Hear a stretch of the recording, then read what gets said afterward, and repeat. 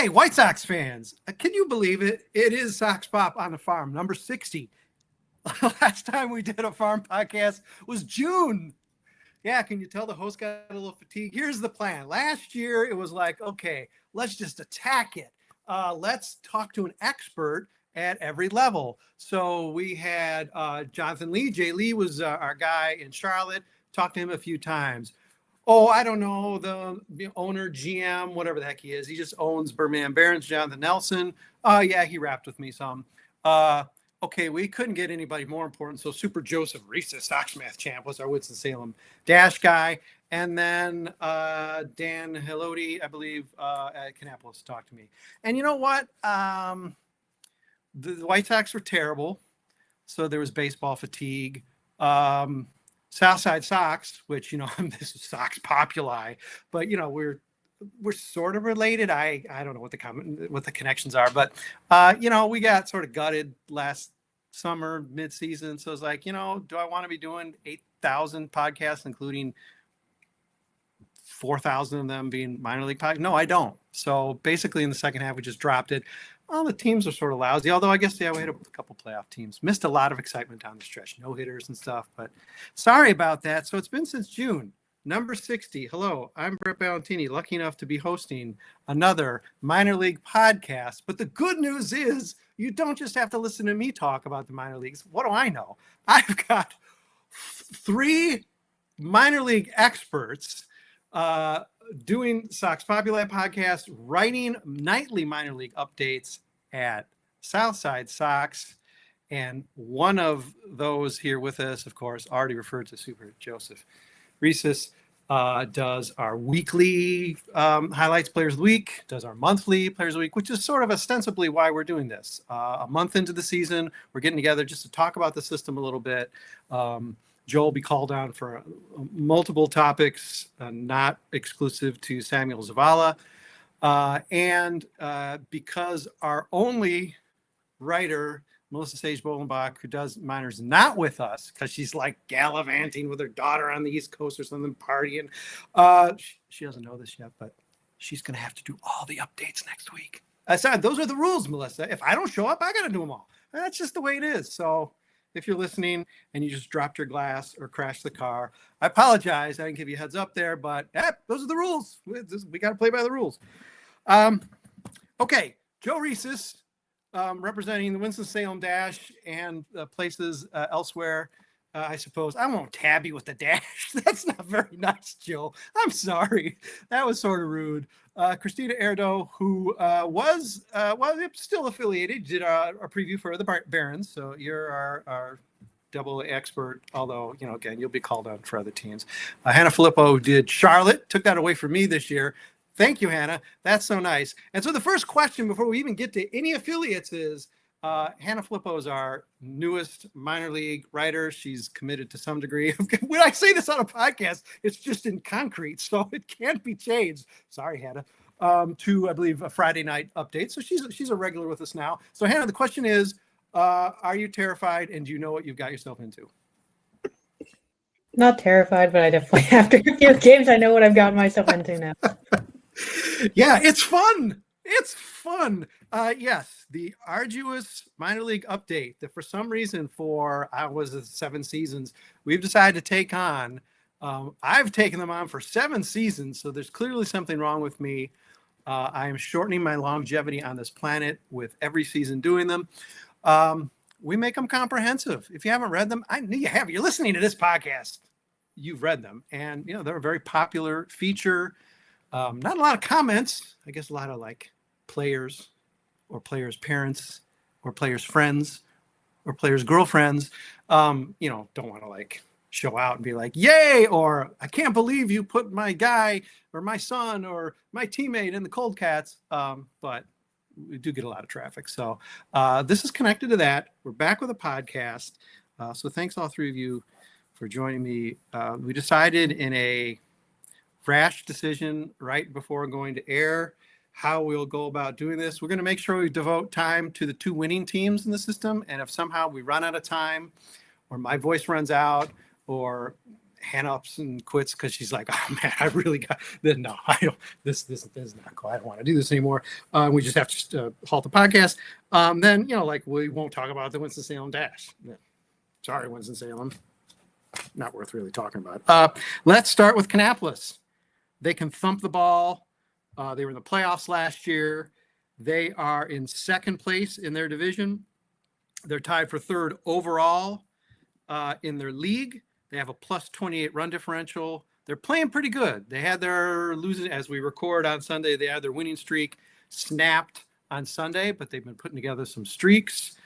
Pretty good on both sides of the ball. And to my three guests who took notes are all very smart and sharp. And of course, they never want to get an answer wrong. Thank God, because I don't have anything to say. So let's talk a little bit about Kannapolis. We got Javier Mogollón. I don't know how to pronounce his name, but I do know the emphasis is at the end there. Sorry, Javier. I'll talk to Aaron Santana. We'll get the official pronunciation. Mashing hell out of the ball. Good Lord. Middle infielder. Killing it. He's like our low A Jeral Perez. I guess we'll get to him if we don't run out of time. Sorry, Dash. Braden Montgomery, before he got promoted, killing it as well. We expect him probably to kill it at high A too, even though it's where players and wins go to die. He wants to say, man, I'm picking on Winston-Salem. Sorry, Joe. Lyle Miller-Green, I thought this guy was like a novelty. They introduced him this year as a two-way player. I mean, okay, he hasn't pitched. He's a kid for a low pick. I mean, okay, he came from Austin P. Like who cares? But he's, it's just low A, but he's sort of killing it. And we got some good pitching. So let's talk about some folks who are jumping out to talk a little bit more than my dumb exclamation points about these guys. Good, bad, otherwise. What's jumping out about Kannapolis to any of you? You pretty much those are like the main players that I wrote down. Except I did see that they I don't know 2 weeks ago or something brought up Miguel Santos from the ACL team, and he's been killing it too since he got up. Like he's batting 500 and has like a 1328 OPS or something, and it's like 18 at bats. But I mean, really not bad from being bumped up. And like I don't even think he played that many games with ACL. Like what didn't they just start anyway? They just started. Yeah, he played like no he's games. played like 4 games, if that. Yeah. There. So yeah, like that'll be really good. I think Kannapolis is really interesting to me because they have great offense, but they do have some sneaky pitching. Like Christian Oppor, is that how you say his name? Like he's been killing it too. I mean, his whip is under 1, and I mean, not bad. They're definitely one of the most exciting teams, I would say, in the system. I also was surprised by Caleb Bonnemer, the shortstop prospect that's been down there. He's been batting really well. Didn't really know who he was until I started writing about him this year. So yeah, I mean, I think that they just have like a lot of pieces down there that they're able to work with. They'll keep coming up though. I mean, Winston-Salem, I imagine we're going to keep seeing some of those guys in Canny come up because like what's going on in Winston-Salem, right? As we get it out so far. Yeah. It's one thing to sort of not know or be familiar with, say, like a really high draft pick like Caleb Bonnemer, because like that was an aggressive assignment to begin with. But the Santos guy, I don't think he was a draft choice. I don't think he was a DSL player. I mean, I may be betraying my total ignorance on this, but I love it when these guys just sort of get signed. They come out of nowhere. And again, he may not be one, so okay, I'm an idiot. But there still are those players, or Oppor, who was, I mean, very young, sort of bad in the ACL, and he gets out of the gate, and he's killing it. Okay, Joe, Hannah, other folks, yes. Between me and Christina, we rename them all, so we got all the points this round. But let's keep talking. And who's jumping out again, good or bad? Yeah, Alexander Albertus is also doing really well. He's batting nearly 300, 420 OPS. It's nice to see besides Bonnemer, a shortstop doing well, as Colson just got sent to Arizona, so it's nice at least one shortstop prospect is hitting well. And we can confirm he's not dead, because I mean we got him in trade. He had like 3 broken legs, and never plays. Like, is this guy ever going to play? Okay, it's good. He's active. He's playing well, and could maybe help even out a trade that looks pretty ugly at the moment. Okay, Joe, who you got? Yeah, I was going to also mention Christian Oppor, given I had only heard his name really from writing a little bit about him last year, but I really didn't have much good to say about his play in the Arizona Complex League. Yeah. yeah, allowing just a hit every 2 innings, that's, really top-notch stuff right there. So he's been a really pleasant surprise through the first month of the season. And then, Javier Mogollón, at least that's how I've been reading his name in my head. He was crushing it in the Arizona Complex League, but even still, I'm very surprised with how well he's been hitting it. I definitely didn't expect much from him this year, but he has already drawn 22 walks. He's got the 440 on base percentage, already 3 home runs, and 6 doubles, 2 triples. So plenty of power in his bat as well. He's really doing just about everything you could ask for. I would say, if I'm going to choose one hitter and one pitcher, I would go with those 2 so far. And it's not easy. You get this. Of course, we know the DSL is it might as well be American Legion ball. There's no diss on the DSL. It's because the guys are 16, 17 years old. Okay, so. And the ACL is just a crazy amalgamation of players where they're playing in the morning. It's 8,000 degrees. There's no coverage. It's just, does the league even play? So you get these guys and you think, so you see a guy like Ryan Burroughs who kills it in DSL, does pretty well in Arizona. And then he gets to Kannapolis and, his shine is way off. And then you see Mogollón who picks it up. Or just even maintains. It's always intriguing to see. Especially the big jump between, again, this glorified American Legion or this 2-month baseball where you're playing in the morning, you're playing in the desert, there's nobody there.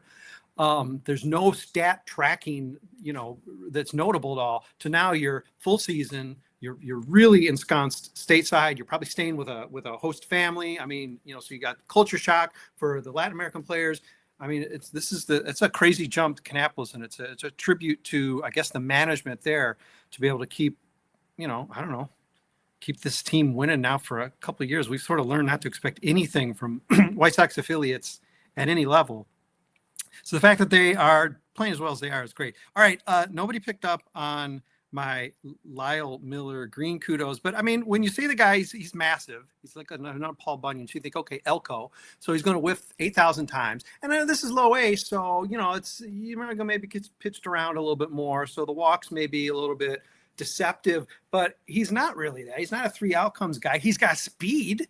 Apparently, he could pitch. They got him on the roster like he could pitch.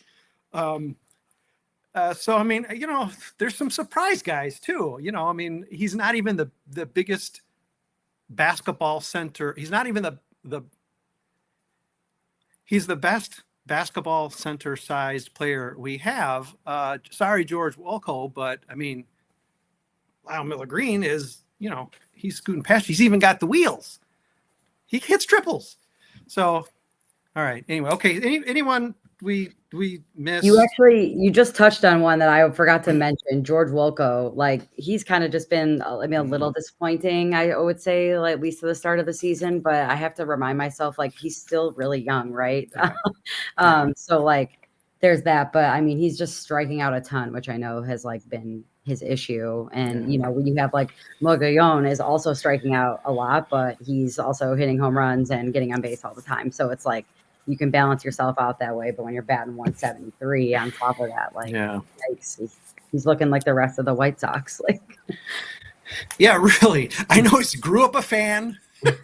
Yeah, I know. This is his dream. He went to my high school. He's from my George. hometown. It's so random. I was researching him last year and realized that he went to my rival high school growing up. I'm like, what? Get out of here. But he's 10 years younger or more. All right. Okay. We all get to pick our favorite players from who are in the system from our high school.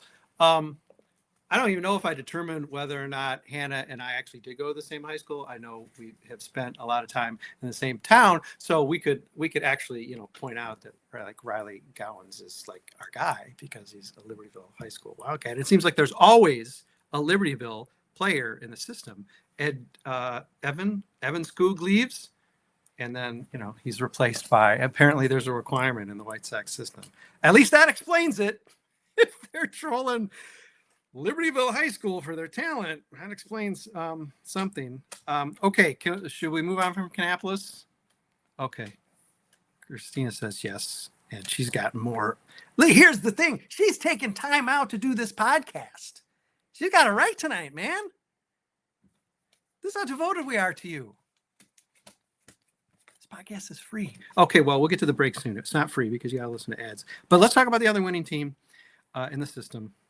Winning, I'll use loosely, but we're just a month in. They're not supposed to be like 20-5. Birmingham Barons, the other playoff team. Hey, guess what? We've got two like great programs in the White Sox system, and the other one is Birmingham Barons, Southern League champions 1 year ago, 14-12, tied for first in their division. These are real cheats because the league is 8 teams, the divisions are 4 teams, so Sorry, I'm picking on all the affiliates here, but tie for first, tie for third overall out of 8 teams. Okay, so they're barely above middling.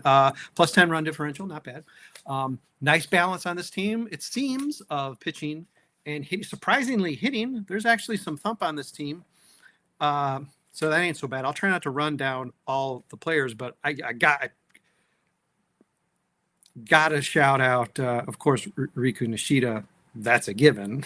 That's just the way it is if I'm hosting. But also William Bergolla. I mean, come on, for God's sake, that cost us Tanner Banks.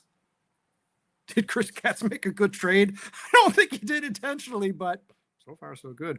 Wilfred Veras. All right. I mean, this is his 3rd year in Double-A. White Sox? What's happening here? But I mean, okay, he's acquitting himself nicely. Oscar Colas is not, so it's not a given that you're going to learn the league and start, just killing it. And of course, we've got some pitchers. You guys will probably mention them. But all right, let's talk Birmingham. Hannah, you get first pick because I talk too much. Who's jumping out at you in Birmingham, good or bad? Yeah, of course, Hagen Smith is delivering as promised, which is really great to see. I think that especially with the way that Charlotte has gone, it's nice to see some actual delivery of what we had hoped and all the hype. Grant Taylor also really has been a standout guy for Birmingham as well. So that I think between the pitching alone and then some extra thumb from people like you were saying, Rikuu Nishida and Ryan Galani, they've got a pretty well-rounded team. Yeah. Okay, Joe, I'm going to you because did you blanch when the White Sox named Grant Taylor their pitcher of the month? He wasn't even good enough to be the Birmingham pitcher of the month in your eyes. So you're like, oh, what are you giving that thing? The guy pitched like 3 innings. Well, come on. I mean, obviously, he's great, but give me your thinking because there are some real candidates for like a pitcher or player of the month in Birmingham. You chose Drew Dahlquist, who has had a phenomenal first month. But what was your thinking there? And maybe talk a little bit more about the pitching there because it's good. For sure. Yeah, the Birmingham pitching, it seems like we're always talking about specifically the pitching staff of Birmingham. That was even the case last year with a significantly different roster. Dahlquist in April did not allow any runs. He finally on Saturday allowed his first run of the season. But that, of course, didn't play any role into the decision-making of the April Barons Player of the Month award. And overall, just a very, very strong month by him. He wasn't, issuing many walks, and really not a lot of sharp contact against him either. So, he was getting the good numbers, and didn't really need much luck to get there. Granted, yes, there are other players I could have gone with that award. Hagen Smith had more innings, and Taylor had only allowed 1 run in April as well. So it was a really stiff competition for that. But yeah, ultimately I do think Dahlquist's overall performance in April was the most impressive out of that group. Yeah, I did shout him out in my update last night. I said he was like so chuffed that he got the Player of the Month that he lost his edge. So I'm not saying it's Joe Reese's fault. Of course, I'm not saying that. But hey, those early honors, I don't know. Maybe he's reading his hype. Come on, Drew, bear down. Okay, Christina, this means you have to talk about hitters. Sounds good. Yeah. I will point out one pitcher though. Peyton Pallette, I'm a little sad that he has such a high ERA this year because he like can strike out batters like no one's business. But man, just like he keeps, I don't know, I think he's serving up meatballs half the time when he's throwing extremely hard. Otherwise, I was gonna say Drew Dahlquist has been crazy, and I honestly wasn't expecting him to be like that good. So like we will absolutely take that. But I mean, from the hitting side, they have some really solid pieces. I would say no one's really like, going off this year so far. Like I feel like the OPSs are pretty tame. Like Michael Turner, I think he's injured now. But like, he's batting really well with a lower amount of PAs. But like you already called him out earlier, William Bergolla has been really great. I mean, Wilfred Veras, like he's one of my like favorite players just like over the last couple of years. I just think he's a really interesting player and he has a lot of power. But yeah, like what are we doing here? He's been in Birmingham, I think, for 3 years in a row, and he played 2 full seasons like there previously. So it's like he goes to sleep at night dreaming of playing in Charlotte. He's like, White Sox, you know how many home runs I could hit if you put me in Charlotte. But then he's like, well, they also suck in Charlotte. So right. Do I want to get used to losing? Right. Yeah. The beer shower to winning the Southern League title is something. What was if I was smart, I'd write it down. And if I was really clever, like a Sox Mad champ like Joe Reese's, I'd be able to like switch the screens and see like a flashing on my face. But I'm not going to try to do that because then I'm going to cut the podcast off, shut it off, and all you listeners and viewers would be very sad at that. But Peyton Pallette's, even though the numbers are a little arresting, his xFIP is like nothing. And I mean, Joe can tell me what that even means because I don't know what it means, but I do know it means, I think it means it drills down a little bit more to what he's truly responsible for. And that would tell us that he is a little bit more, the stats are psyching us out a little bit here. And he does definitely seem to be a guy, especially given the fact that everybody in Charlotte's just like pointing to each other like, you want to go up? You want to go up? He could easily just zoom, through that. I mean, it's Charlotte now, but I mean, he could be the next like arm in the major leagues for the White Sox, given the fact that there's going to be a revolving door. However, they need bullpen arms up, in the big leagues. Like the bullpen is like really a nightmare right now, I would say. So it's like if you can get these guys that can strike them out and they can just figure out the command a little bit and stuff like that, or have a better defense behind you is also key. You know what I mean? So like, I think you're right though. He could definitely make the jump. Gowins is another one that like his numbers I think are a little funky. But I really like him, so I'm Team Gowins regardless. Those Libertyville, if I can say, those Libertyville people are funky. So they turn them out there. Come on.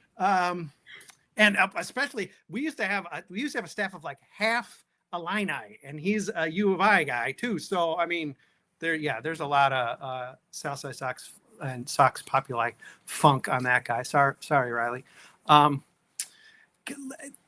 We've got some middle infield. I mean, Nishida, I think, is still playing. I don't know, outfield, infield. I don't know if he's just a second baseman. I don't think he is only. But are we concerned, and not to talk about, bad stuff, but Jacob Gonzalez has been like, he killed it. But this time last year, he was crushing it. He looked like he was going to like leapfrog, I don't know, Colson too. Like every shortstop was going to, Brooks Baldwin was already taken off. He was already practically in the majors. He was killing it in Winston-Salem. And then about his first week in Birmingham, it's like he wasn't even stopping. And then he went stone, ice cold. And he's not that way this year, but it's sort of like, he's not at a, Bergolla or Nishida level. Is there concern? I mean, that's a first round draft choice. I mean, we'll get to at least one other first round draft choice to discuss unless the podcast tape runs out. But I mean, is that a concern, or is it just like, hey, as long as there are some players performing, it really doesn't matter if it's a 15th round guy or a first rounder? It's not that much egg in the face as long as you got players to come up to your team eventually and perform. For the White Sox overall, I feel more like as long as they have enough players performing well, that's going to get the job done. As it relates to Jacob Gonzalez specifically, I would say, I'm a little bit concerned for him. Just ever since he got promoted to Birmingham, there, things haven't clicked so well for him, which is, a little concerning. That is a fairly common thing with the White Sox prospects is, especially the hitters, like they get to a pretty. Part of it is they go to a pitcher-friendly park in Regions Field, and it's just that's one external factor that's kind of working against them when they get promoted to Birmingham. But also, it's just very much. It's very common for the hitters to sink when they get to the Double A level. It just seems to be a big step up at that point, and so far that's one that Gonzalez just hasn't shown that he can overcome yet. And the other part of it, Joe, of course, is they're just not that good. And we got to face up to the fact that this system, despite its vaunted ranking, I guess, color me a skeptic. Okay, listen, I'm not calling out my three wonderful guests for being idiots, so I'll just call myself out for being an idiot. Somehow we talked for 10 minutes about the Birmingham Barons, and I don't think really Noah Schultz's name came up once. So shame on all of us. We'll be fined. We find $0, which equals the zero pay we're getting for this podcast. Okay, to be fair, if I can interject for a second. Please. He is. To really stand out in the Birmingham Barons pitching staff. Whoa, a call out from Joe. You really do need a better than a 3.42 ERA, which is very good, but that's really not. I mean, granted, we probably should mention him because he is the top-rated prospect in the system, but even still, dare I say, a slightly disappointing first month for Noah Schultz. All right, Noah, he's getting hit more than everyone else, on the pitching staff too. I mean, so it's the only thing working for him too is he can get out of those innings with strikeouts still, but his whip is way higher than I feel like it normally is. But still good. But I'm with you, Joe. Papa Schultz is so pissed right now. Larry Schultz is like, oh man, I gotta write a direct message to Joe Reeses about this.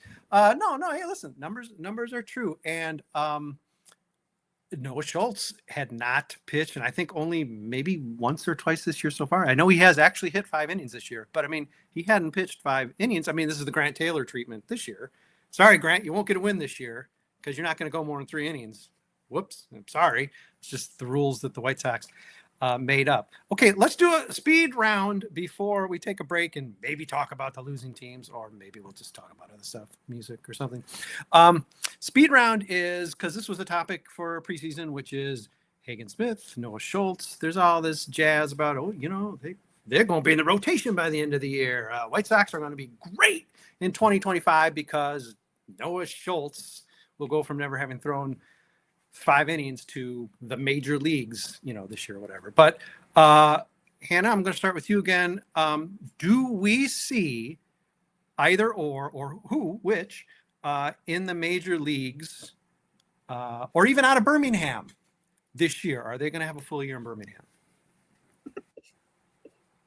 Maybe not Birmingham, but I don't see them getting expedited to the majors just seeing how long it took to, they haven't promoted to Elko. He would be the first one to be promoted, and seeing he probably won't get promoted this month. If before July, it's not going to happen for anyone in Birmingham. Chris Getz thinks he loses his lunch money if he messes with the 40 man. I understand. I'm making fun because it's you expose a guy, and then if you end up if Tim Elko gets placed on waiver and he gets lost and claimed, then we're all going to be pissed at Chris Getz for that. But it does seem like they're a little strangely stingy about all this. Okay, so Hannah, you're saying possibly Charlotte for either one of them, definitely not the White Sox, because also let's not. The parenthetical here is, why would you do that? This team is horrible. I know. I thought Hagen Smith would be promoted by I thought he'd be promoted, but just seeing as how conservative they're being with mixing in any new talent, I just don't see it happening, no matter how well they pitch. Yeah, they're just waiting on Martin Perez to come back, because I heard Getz on the broadcast he's expecting him in July. Perez is like, wow, that's news. His arm is half off and in ice or whatever. Okay, Joe, what's going to happen with these guys? I mean, you could do a makeup call here. Sorry, Larry. No, but these guys going to move up. These guys going to be in Chicago. What are you seeing? They'll certainly be in Charlotte, I think, by the end of the year. I don't think the White Sox will promote them, though. I would love it if they really forced the issue. Yeah. And it maybe, but I mean, the thing with the White Sox is, given their history, like, even if the players are just like dominating in Charlotte, like, they have a history of just like, let's just go ahead and wait until April 15th of the following year to call them up. I mean, we've seen it far too often. So, like, although if I was GM, I think they will play well enough the rest of the year to where they would earn a promotion at that point. I think, they will perform admirably the rest of the way, and they'll earn the promotion to Charlotte in a few weeks from now, and by the end of the year they'd earn a call up. But I think just with some of the ways that the White Sox really like to keep players in the minors, unless until they really, really have to, and until they're like certain that they might not be ready yet.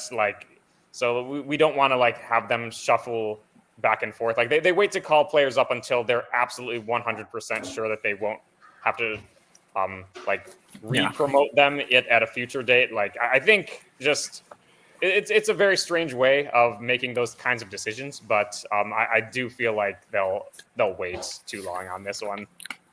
Yeah, they'll just point to Brian Ramos. Look, now he's broken, and let's face it, he's not playing great. But we brought him up right from Birmingham, and he was great for a week, and then he got hurt, and now he's disappeared, and no one likes him anymore. We love you, Brian. We wish you were in the clubhouse producing for the White Sox. Okay, Christina, I don't think there's really a tie vote or a vote to break here, but what are you thinking about Smith, Schultz, and their promotion possibilities? Yeah, I think I agree with both of you, honestly.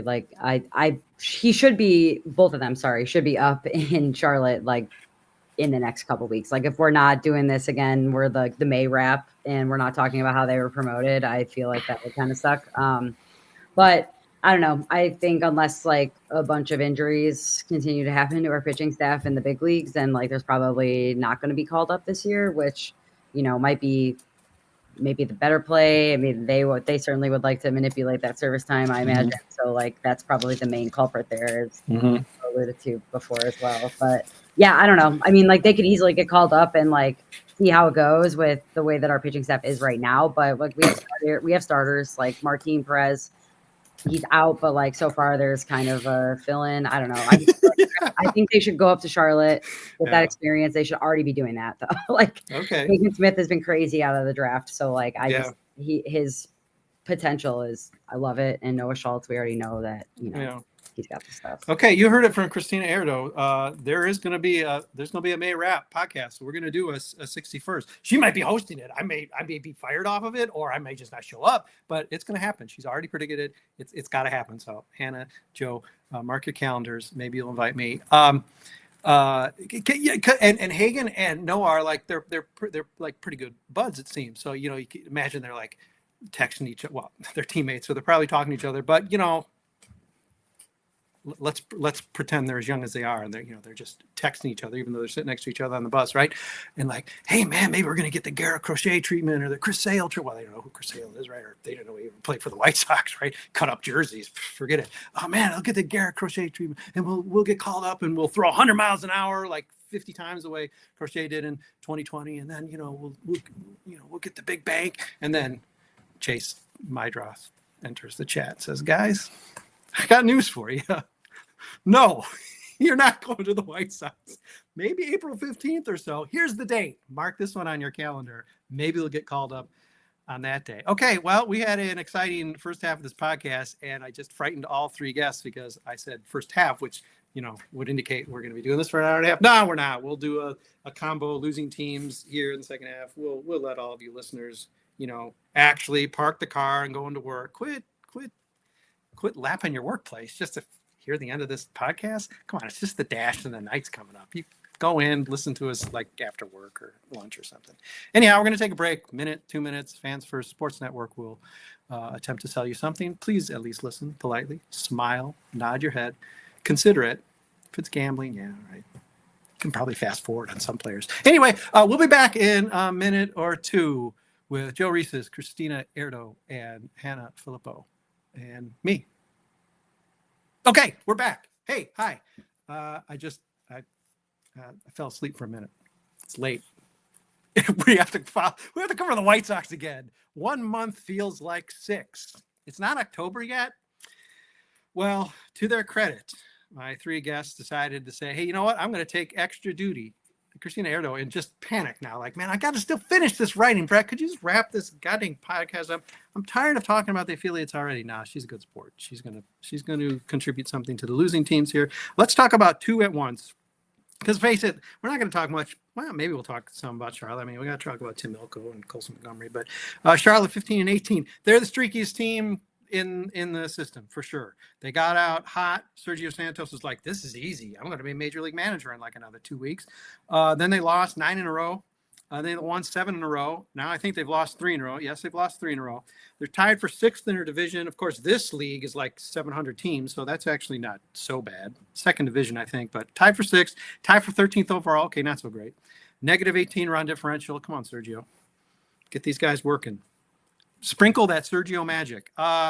And the high affiliate, the Winston-Salem Dash, near and dear to Joe Reese's heart. 9 and 18.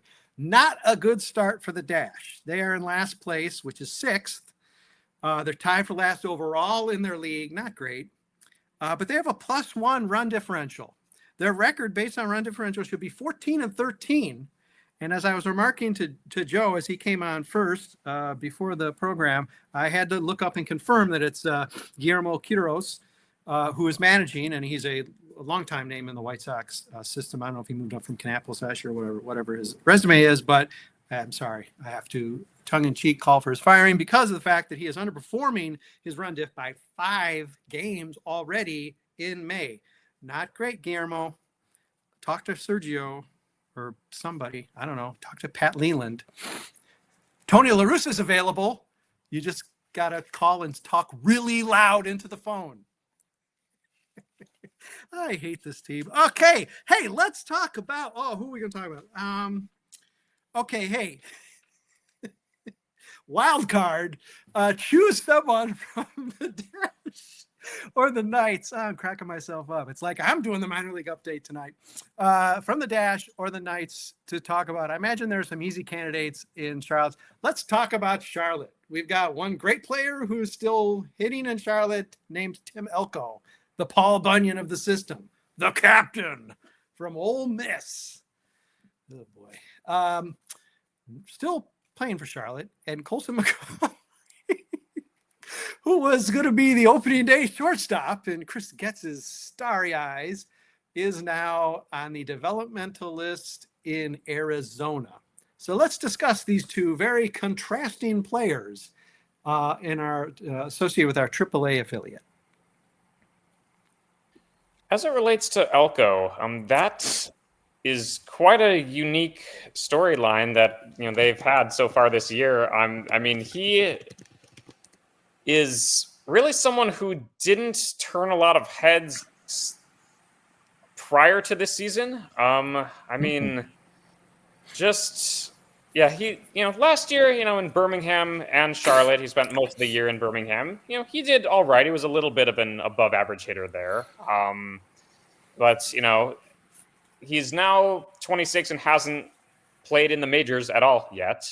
So there is a small chance that he could be a late bloomer here. And I mean, he's still got an OPS of over 1,000 in Charlotte this year. Now, if I was a fan of like almost any other MLB team, that would definitely make me excited about like, oh wow, who is this guy? Like that, he maybe will get some good production from But him. you're a fan of the White Sox, Yes. Joe. Yes, I'm very much leaning toward this is probably nothing, and we'll look back on this in 3 years and be like, hey, remember that really nice April that Tim Elko guy had? Hey, Joe, remember Palkmania? Yes. I do. That was a good time. But as far as I see the Elko situation, I can't help but think, why not just call him up at this point? Like, what are they losing? Like, what is there to lose with doing that? I don't understand. Chris Guest loses his lunch money. Yeah. He has to do some paperwork. He has to fax the league office. Hey, Joe, let me throw this at you. 182 WRC plus. Again, I don't know what it means, but I know that is damn good. And you're trying to soft pedal Tim Elko? Who are you crapping? No, here's the thing. Here's what I want to say. And then, of course, I'm going to let Hannah and Christina talk on Tim Elko because we can wax for the rest of this podcast on Tim Elko. Every step of the way from his draft, he had like one leg, whatever. He didn't have a statue put up yet. From the moment he was drafted, he was counted out. No one thought he was going to do anything. And there are guys like that, right? You peak in. We have a first baseman right now who peaked in college. You peak in college, you don't do anything as a pros, and it's like, hey man, I had a respectable baseball career. I won an NCAA World Series. And every step he is, they were counting him out in probably in ACL, definitely in Kannapolis, certainly Winston-Salem, definitely Birmingham, absolutely in Charlie, even though, that's a pinball machine. So, he is defying everyone. Christina, Hannah, you add some harums here because we know we're all pro Tim Elko. And of course, sorry, Andrew Vaughn, anti-Andrew Vaughn at this point. But I mean, there's a clear need and the White Sox are not filling it. Yeah, I mean, there's not really much more to say. Like Joe touched on his stats, he's raking. I know everyone is so stuck on the strikeout rate and everything, but like I don't hear anyone worried about Kyle Teal, who is striking out like the same amount, basically. Like that's almost identical. And like you said, why not just call him? Like nothing matters anymore, like at all. Like we only just got 10 wins and 2 of them were from rainouts. So like it's not that deep at this point. Like Andrew Vaughn cannot hit the ball. He's got a -1 WAR a month into the season. Like I'm sick of watching that. Basically, like let the kids play.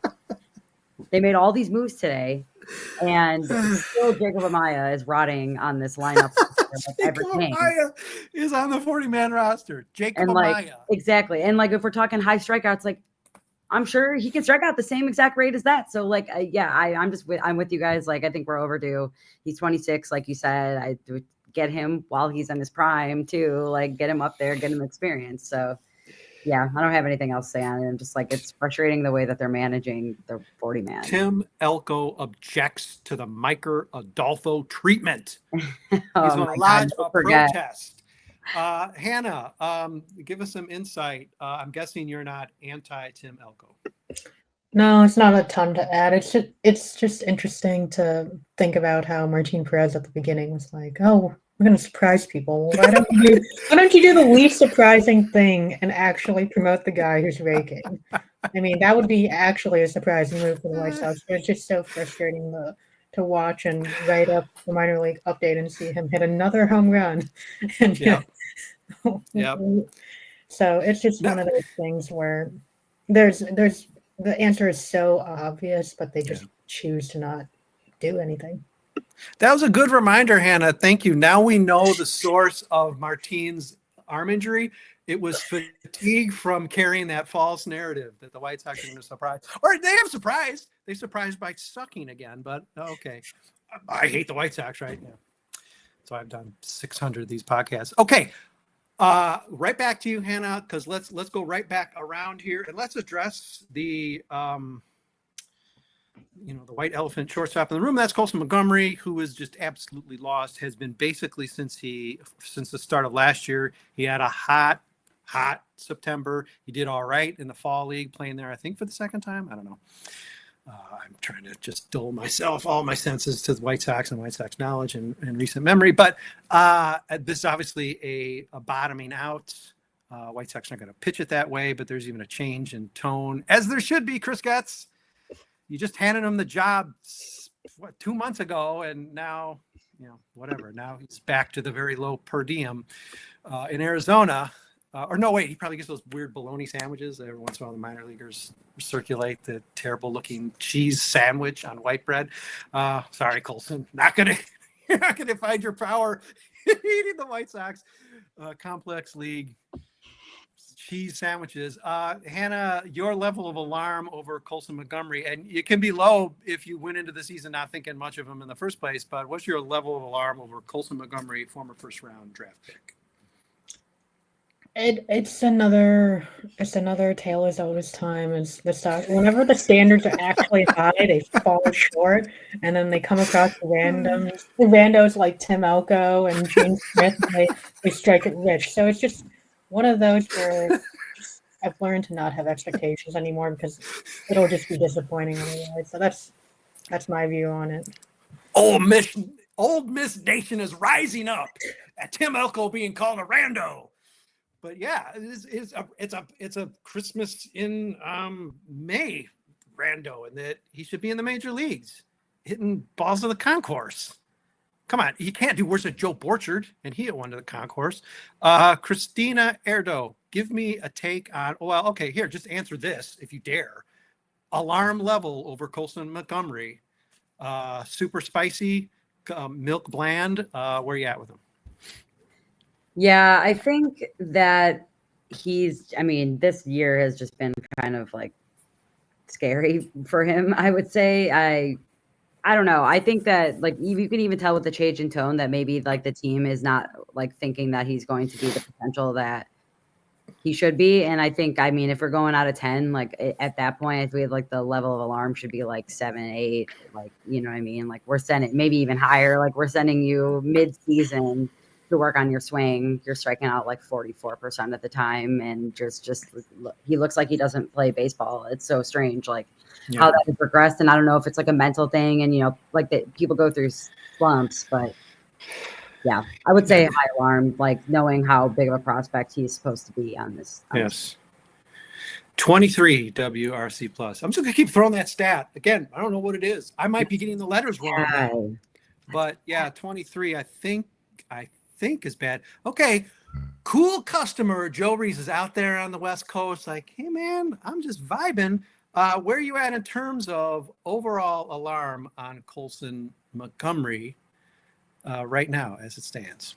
Yes. One thing I am good at doing is vibing very much. Kind of necessary. As it relates to Montgomery, not so much though. I've got like probably a 7 out of 10 in terms of how alarmed I am on him. The one thing is, he did just turn 23 in spring training. He's, younger than the vast majority of players at the AAA level. He still has time to figure it out, and it has only been a month this year.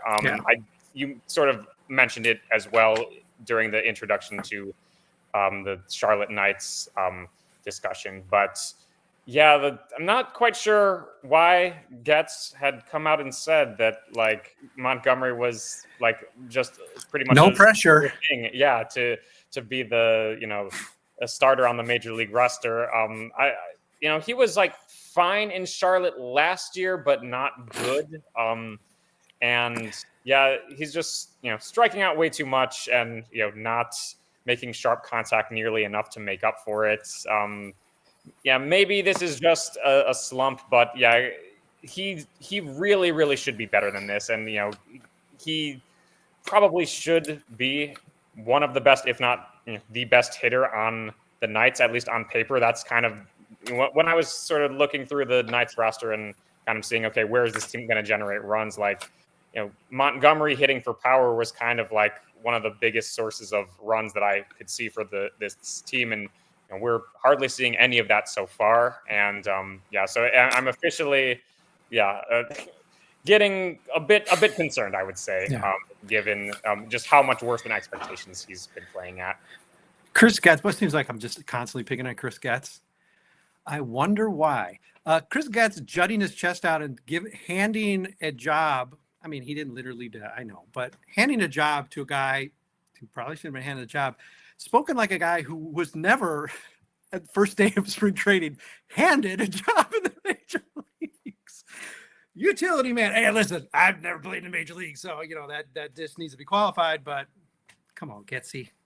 Getsy. Okay, let's not completely ignore Winston-Salem. Let's go around, just talk about somebody good or bad. I got a couple people in mind. I'm guessing you'll cover them, but Christina, we're gonna go to you first. Give me somebody from Winston-Salem you want to talk about. All right, I'll pick one pitcher, Lucas Gordon. He's been pretty good Whoa! this year.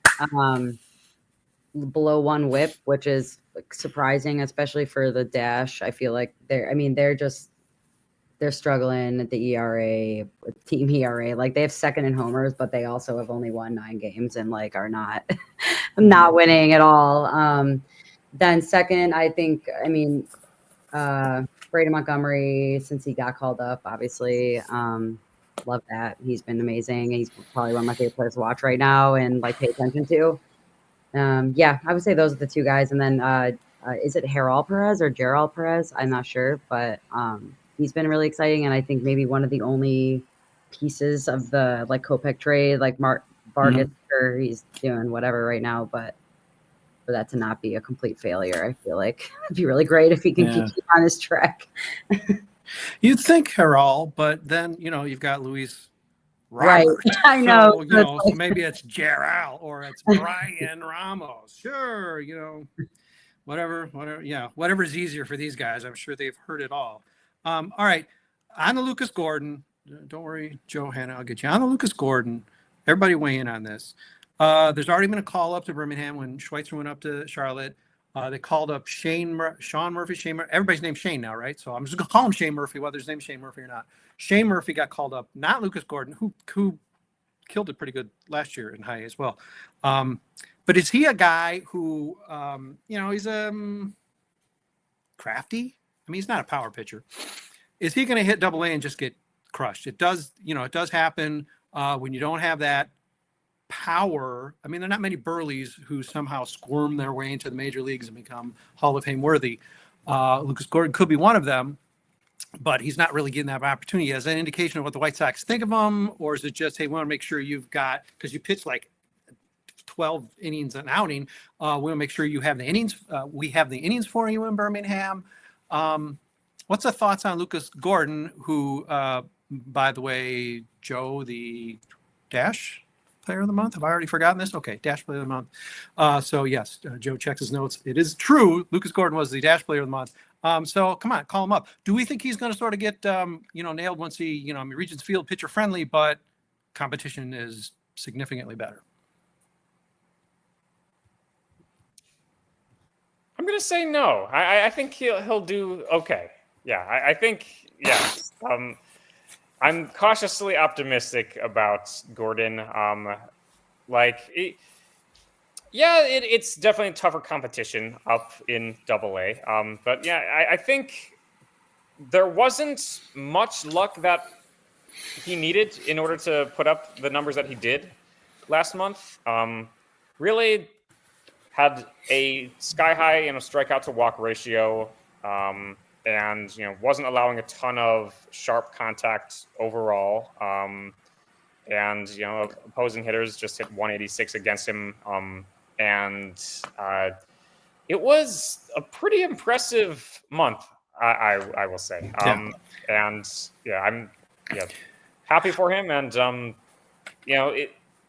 the one other thing he has going for him is Regents Field, I suppose, in terms of not getting crushed after he gets called up. But it'll be an interesting story to follow. But I was impressed, though, very much. One thing I'll say, when you're crafty, you do not get a lot of chances. You're a power guy. I mean, Jared Kelly he's back in Winston-Salem now. I mean, he's pitching great, but he's back in Winston-Salem. You can throw 95 plus or whatever it is he throws, and man, you're gonna have to quit the game to get flushed out of the system, probably most systems. And Gordon gets knocked around probably for like 10, bad stretch of 10 starts in Birmingham. It's like, all right, you're too old and you're too crafty. The record books are littered with the corpses of such pitchers, the Tommy Summers of the world and the Chase Selesky's. I think he had a little more power to him. There's a lot of guys White Sox give up on sort of quickly because it's like, you're not Burley, get out of here. So proceed with caution, Lucas Gordon. Hannah Filippo, what are a couple names I mean, come on. Christina just stole Jeral, aka Jeral Perez, from us all. But some names that jumped out at you, good or bad, at Winston-Salem? Because it's Winston-Salem, there's both. Yeah, not too many good names on the list, except for Cole McConnell stands out. He's batting pretty well, and he doesn't strike out that much, which is a really good sign. But 360 batting average, 920 OPS, that's pretty solid. So you got a few players that are kind of carrying that offense, but otherwise it is a bit bleak. Cole McConnell is one of the weirdest stories ever. I want him to make the major leagues just so we can find out why he was suspended for an entire year, essentially, from his junior year in college. He didn't play because he broke team rules. What, you break into his coach's house and take his safe or something? What in the world would get in this world, in this day and age? What would get a college player who obviously has professional potential suspended? I mean, not to overshadow Cole McConnell's terrific start as a baseball player in High A, but that's a story that I hope we'll hear one day. It sounds crazy, so I want to know it. Cole, come on, hit me up. Joe. Joe, this is your team. Who you got? Yes, of course. I'm surprised. Yeah. Nobody mentioned Sam Antonaci. There were some very good names mentioned, but I would be remiss if we did not include him in this discussion. Just an on-base machine so far. Oh my goodness. He's walked more than he's struck out. 459 on-base percentage. Really good stuff. And he was a very strong contender for Player of the Month as well. Didn't quite make as much of an impact as Gordon, but he was definitely close to that discussion. Of course, the obvious one we've already touched on, Gordon. I can't believe he's still down at this level, but Jared Kelly, he's been very good, but I don't understand. Oh my God. I thought heading into this season, I was I had given up all hope that I had for Jared Kelly. He's, in a reliever's role, he's been nearly flawless, hasn't allowed any runs yet. Opposing hitters are batting just 138 against him. So really, there's not much more that he could be doing in his, role as a reliever for the Dash. I think that, they drafted him in the second round of 2020, which is a little while ago. He's still only 23. So, I mean, it's not like his, career is, coming to an end right now, but it's even still it's now been 5 years since he was drafted. I will say that, he probably needs to make moves upwards in the system soon, given how long it's been. Joe, remember, he was a first-round talent. Remember, everybody passed on him because he was committed to the University of Texas. He's a native Texan from Refugio, Texas, home of Nolan Ryan. So Lord knows he was not going to sign with the Chicago White Sox instead of play for the Longhorns like Lucas Gordon. He could have been a teammate of Lucas Gordon's. And he's still 19 years old. He was such a young kid when they drafted him. So he still has time. And he's got a big arm, so the White Sox will not say no. They will not say no. He'll have to retire. Nolan Ryan will have to fax the White Sox and say, I'm afraid I'm going to have to let you know that Jared Kelly has retired. He's from my hometown, All right, let's just wind this up by saying Jeral Perez might be the best player in the White Sox system at this point. 592 slugging. He's a middle infielder. 592 slugging. That's not fake. That's not cheat. You're not cheating your way. Those aren't errors. 9 home runs. 9 home runs. The White Sox dream of having someone who can hit 9 home runs like this year. All right, that's not fair because Luis has 4 or something. Can you believe the White Sox? This is the Miners podcast. We're on the farm. I didn't wear my farm hat. I should have done that because then I would have made everybody just immediately leave this podcast, and it would have been a lot shorter. And Christina could have finished her update. They're hitting less home runs than last year. They hit like 85 last year, and they're hitting less. They're on pace, I think, for less this year. Getsy. Yeah. Anyway, Jeral. Holy man. This guy seems like a ball player. That could redeem the trade. That's good news, bad news, friends, because that might mean that Getsy gets to stick around and keep using his free parking spot for another like 2, 3, 4 lifetime. Speaking of places that will positions that you'll never get fired from. Ron Ventura had to leave. He didn't get fired. He's like, no, I don't want to do this anymore. Like 5 years too late, but I don't want to do this anymore. Chris Getz is here until Chris Getz just keels over at his desk. Tune into the next podcast. Man, we're having fun. Hey, this is an exciting week, actually. This podcast, as it airs, I believe it's publishing. It is number 599. 599. That means we have a 600 celebration coming up.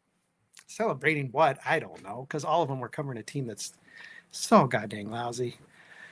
Oh, wait, we were in the playoffs twice. It went by so quickly. It's sort of easy to forget. We're in the playoffs 2 of the last 8 years I've been here doing Southside Sox, de facto Sox Populi, de facto Southside Hit Pen, de facto Sports Illustrated. Boy, we've been a lot of places. Anyhow, I'll stop talking to myself. Christina's got to get to the update. She did her polls though, so she's almost done. She's like, whatever. I'm gonna write Greek type for the last paragraph, see if Brett catches it. Joe, thank you for your monthlies and weeklies and your expertise, and you're not outing me and pantsing me over my misuse of stats. Hannah Filippo, I mean, not too late. It is sort of too late. It's on a podcast now. It is sort of too late, but I mean, listen, there's no. In as much as we're all conscripted to Sox fandom somehow, I don't know, probably thanks Dad in most cases, but in my case, thanks Dad, you jag off. But yeah, there's no conscription here, Hannah. I mean, you got to bow out and say, man, this has been fun, but holy cow, this is just way too hardcore. I'll understand. I'll just grumble under my breath whenever anybody named Hannah comes around into my life. But welcome, Hannah. Thank you. That said, welcome, Hannah. Thanks for doing these updates. It does take a real load off of my workload. Joe, thanks. Christina, thanks. I'll let you get to your stuff. Hey, how about in a month? It'll probably be a relief if just the 3 of you gather. No, Melissa, she can take over because she won't be like gallivanting. And if she hasn't quit over having to do all the updates next week, well, then she can host, and I'll just watch, and I'll pick on all of you for pronunciation or misuse of stats, and I'll be sending texts to Joe. They didn't mention Sox math, and Hannah for being too nice to this player or that player, and Christina for like acting like she's got to like go. Come on, she's got to do this, or maybe we won't do it on a Sunday. We'll do it anyway. We'll do it in a month or so. Thanks everybody for listening, reading, watching, whatever it is you're doing. No point to us doing this if you're not there, and we do know you read. This is one we know you read. There's probably recaps for the major leagues like, did a human read it? I don't know. There's 250 votes for the polls, but nary a comment. But we do know you read the minor league update. So that's why we're all taking this very responsibly. We take our position delivering the minors content to you very seriously. If this podcast doesn't prove that. Okay, all of you, Christina already called it. It's happening in a month. So hey, have fun next month. I'll be watching and listening, and you'll catch us in a month. If there's a reason to talk about the minors before that, we will. Otherwise, see everybody in a month. We're going to let Christina